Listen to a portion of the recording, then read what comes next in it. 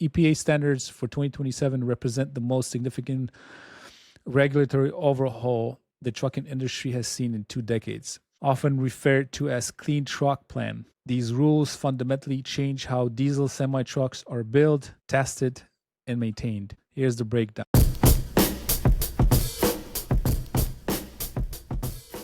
I think we're rolling. Welcome to TruckYoo After Hours. My name is Sebastian. A little late today. Actually just finished a great interview that's going to show up with a surprise guest for my 100th podcast. It's going to show up in 2 weeks.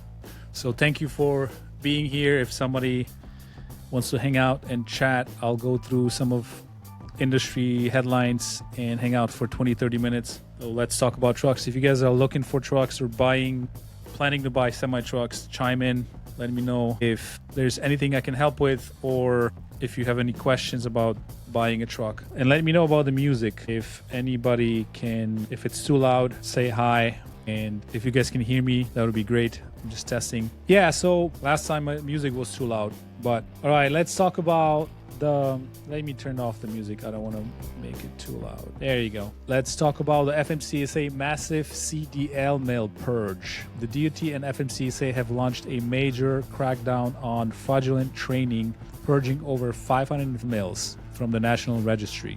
Investigators exposed widespread violations where schools were essentially selling licenses without proper training or testing. This is a safety first story, I would say, because it impacts not only the driver pool, but untrained drivers driving and not really being properly trained like we all should be is definitely a problem. So I think that's good. I think a lot of those, just as much as we have chameleon carriers, we should get rid of the schools that are just doing iffy, illegal things. So again, welcome everybody. I see some people joining. If you guys want to chime in, say hi, where you at, where you're driving, what are you doing right now, that would be great. The new 48-hour deadline to purge unvetted foreign drivers. We keep going back to the same thing. It's on the media right now about the unvetted foreign drivers. A major regulatory shift is happening with non-domiciled CDLs, licenses held by drivers who don't live in the US or Canada. New federal guidelines now enforce a strict 48-hour deadline, including weekends, for carriers to provide documents for foreign drivers. If they can't prove vetting, the drivers are purged. I just heard a scenario where the drivers didn't even have the proper licensing, and they got pulled into the scale, and multiple trucks were just abandoned with loads on the scale because the drivers were not qualified to drive them.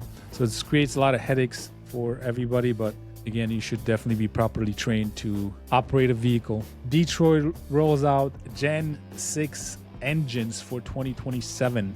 Heavy-duty engine manufacturer Detroit has just unveiled the Gen 6 engine portfolio, the DD13, 15, and 16. The engines are designed to meet the strict 2027 EPA emissions while actually promoting better fuel economy than previous models. Usually stricter EPA rules mean worse performance and more maintenance headaches. Detroit is claiming they've cracked the code on being green without losing the grunt. Well, we'll see about that.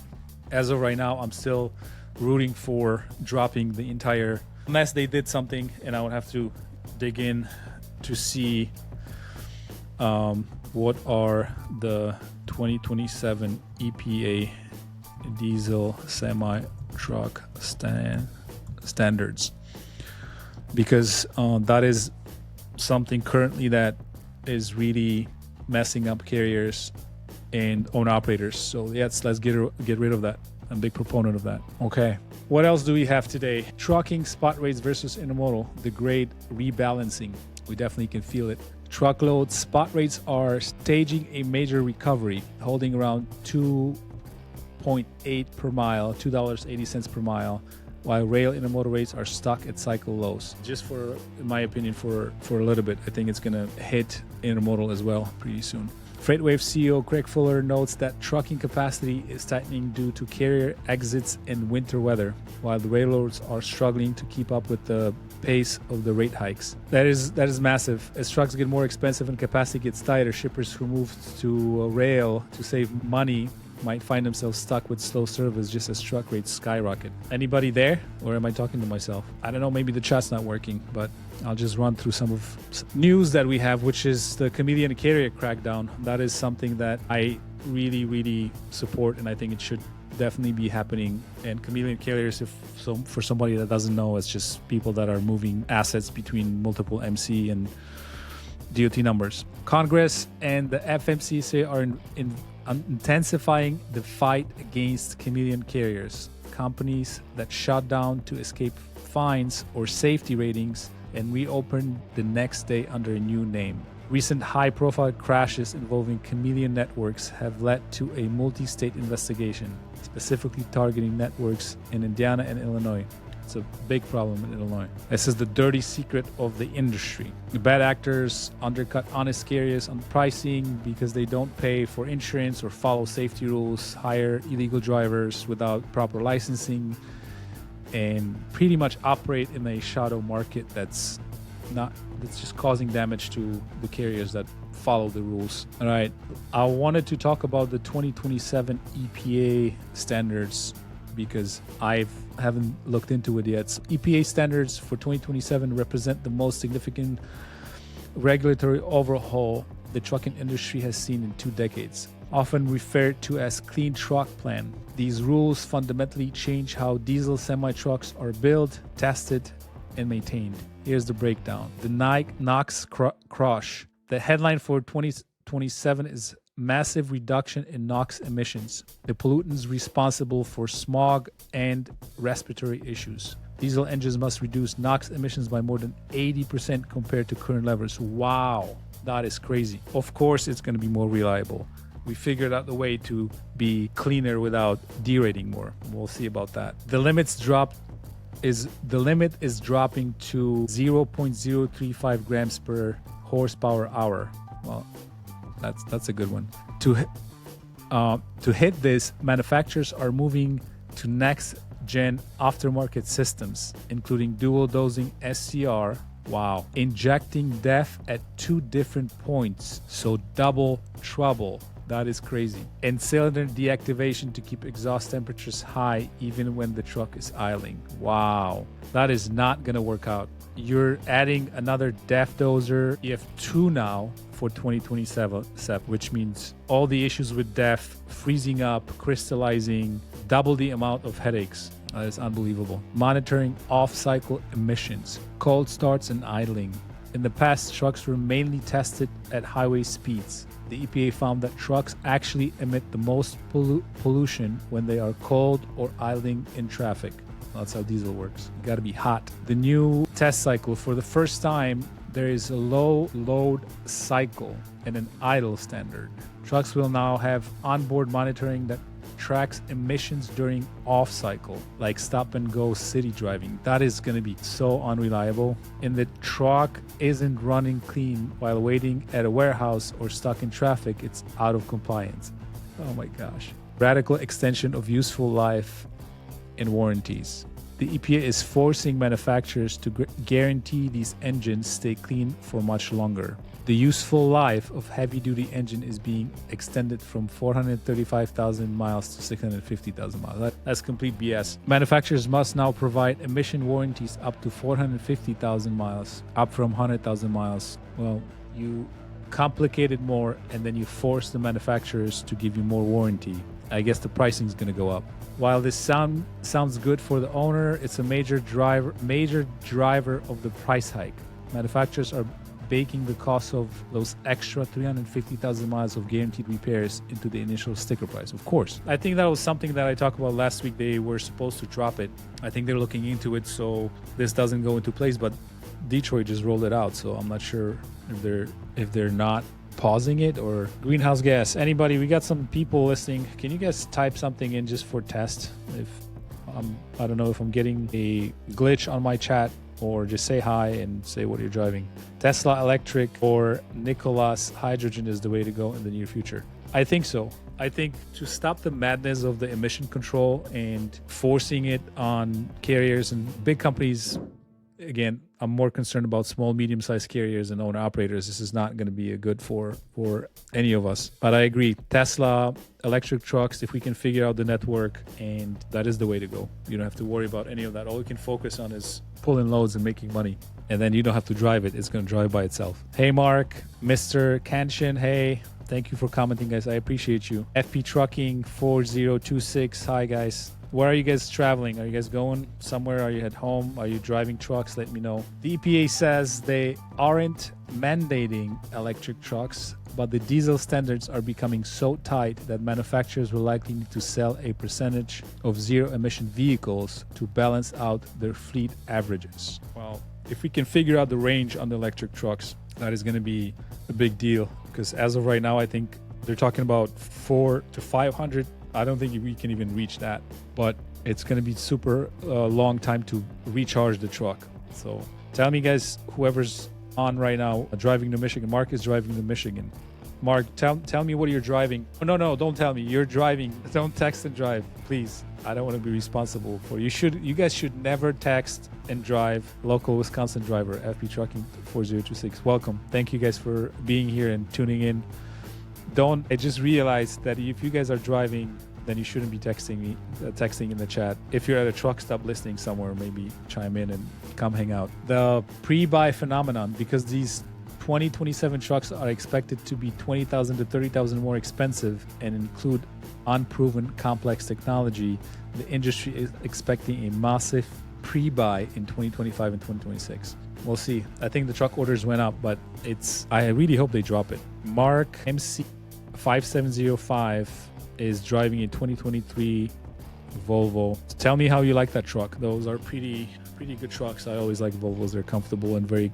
The 2027 mandate isn't just a minor update, it's a moonshot for diesel engineers. It makes the trucks cleaner than ever before, but it also makes them more expensive, more complex, and pushes the industry closer to a world where diesel has to compete directly with electric and hydrogen. It just doesn't make sense at this point. I've already mentioned we took this amazing design of diesel engines and made it so complicated that it's just not worth maintaining. But let's see about truck orders. I want to see if that 2027 pull forward is actually happening. So December 2025 surge, net orders hit massive 42,700 units, a 16% year-over-year jump. In January 2026, orders fell sequentially by about 27% to roughly 30,800 units. What's your opinion on buying 0207 Volvo D12 running Midwest as independent owner operator? That is one of my favorite trucks. If you can find one in a great condition, a D12 with a manual transmission, 13 speed, you can get away with 14, but I recommend the 13 speed on that. 780 sleeper, they're very hard to find, but if you find one that's well taken care of, those engines, those D12 engines are great. So definitely recommend. But the only problem is parts, and I haven't checked. It's been a while since I ordered anything for D12, so I'm not sure about availability for parts, but those are one of my favorite trucks. 780s, 13 speed. That's what I learned on long time ago, and one of my favorite trucks. No emissions, just EGR obviously, but that's not a big deal. The D12 engine, the EGR rarely had issues on it, and you just swap it out, clean the EGR cooler, and you're good to go. What I recommend, if anybody's listening and looking for a truck, what I actually found interesting is a lot of those older Volvos pre-2007s were on the RV market. So scout the RV markets, because people that either retire or want to sell their RVs, they don't want to drive some of those trucks. I've seen some listings. The only problem is going to be the fifth wheel is going to have to be changed, but a lot of them have great setups and they're very well taken care of. I actually found a couple of them online, and the one was 780, had only 500,000 miles on the D12 engine with a manual transmission. It was amazing, and it was pricey. I think they were asking about 30,000, but it was well worth it. Marco Flores, hello from Lincoln, Nebraska. I used to drive there. I had a route there. Lots of snow up here right now in the Midwest. I'm in the Midwest. We just had 60 degrees today in Chicago. What are you hauling, Marco? Are you at a truck stop? with the 2027 EPA NOx standards now clearly defined, large fleets are beginning to act. Now the EPA has reaffirmed the new limits. The uncertainty is gone. Fleets know that 2027 trucks will be significantly more expensive and complex. Yeah. Thoughts on DD13 with smart shift Eaton 10-speed? Are you talking about Cascadia DD13? If you're talking about Cascadia DD13, or do you mean D13 Volvo? Can you clarify that for me? Roll D, IB. Welcome to the chat. Thank you for being here, guys. We got a nice group watching. Yeah, the Smart Shift Eaton 10-speed was pretty reliable. I've had some of them, and I'm trying to remember like the main issues. Unlike the new Eatons that are having a decent amount of issues right now, the 10 speeds, the old school ones, they wouldn't skip the gear, but they were very simple transmissions. And as long as the selector unit and your electronic and you're not corroded, you have to look at the batteries when you have an automatic transmission, you'll be fine. They're pretty robust transmissions. People are asking for Jose's contact. You can find him on Instagram. I do his phone. I'm not going to give you his phone number. He's driving. He's an owner operator right now. Yes, freightliner 2017. So DD13, that should have been with the DT12. Why are you asking with the Eaton 10-speed? Let me know. Many fleets sat on the sidelines in 2025 because freight rates were too low. Now with an aging fleet, many tractors are hitting over 500,000 mile mark. They are forced to buy now to avoid the 2027 price hikes. Yeah, there you go, the diesel tech. Well, send him a message. Say hi. Yeah, he's busy driving. He's driving a classic XL. He's working his butt off probably. PACCAR, Kenworth, Peterbilt, they reported very strong order intake in the late Q4 and early January. Crucially, PACCAR has removed tariff surcharges, which was $4,000 per truck for 2026 because their U.S. manufacturing footprint helped them avoid Section 232 penalties. This is giving them a massive pricing advantage right now. Good to be here. Totally enjoy your content. I'm always on the lookout for your videos. Awesome. Appreciate you guys. Thank you so much. And I got some good interviews lined up. If you guys have any cool trucks, any owner operators that have cool trucks or cool stories, send them my way. I love talking to owners. I just had a great interview with a female driver, female owner operator. That's coming up in 2 weeks. Amazing truck. Awesome truck. Awesome spec. Awesome color. Operating in the West Coast. And that was a very interesting conversation. Let me know what you guys think about the format for the after hours. I always wanted to test something with kind of late night hanging out. I will figure out a little better way maybe with the chat and how I'm gonna shoot it and present it. But let me know what you guys think. What would you guys want to hear about, or is the headline news that were last week, or what's been happening kind of an update? Is that something that you guys would be interested? Is that something that, is there anything else that we can talk about? And there's plenty of things we can talk about.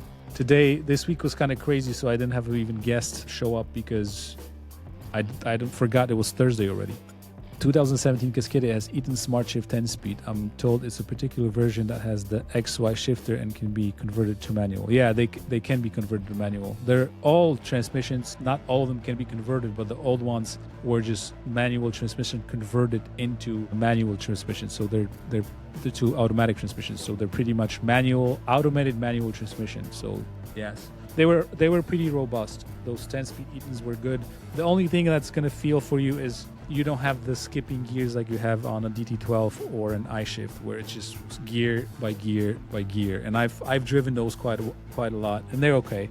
As long as you don't mind, they're fine. They're probably a lot cheaper to fix also than I-Shift. Although I-Shift is a pretty reliable transmission if you take care of it. It's a very robust transmission.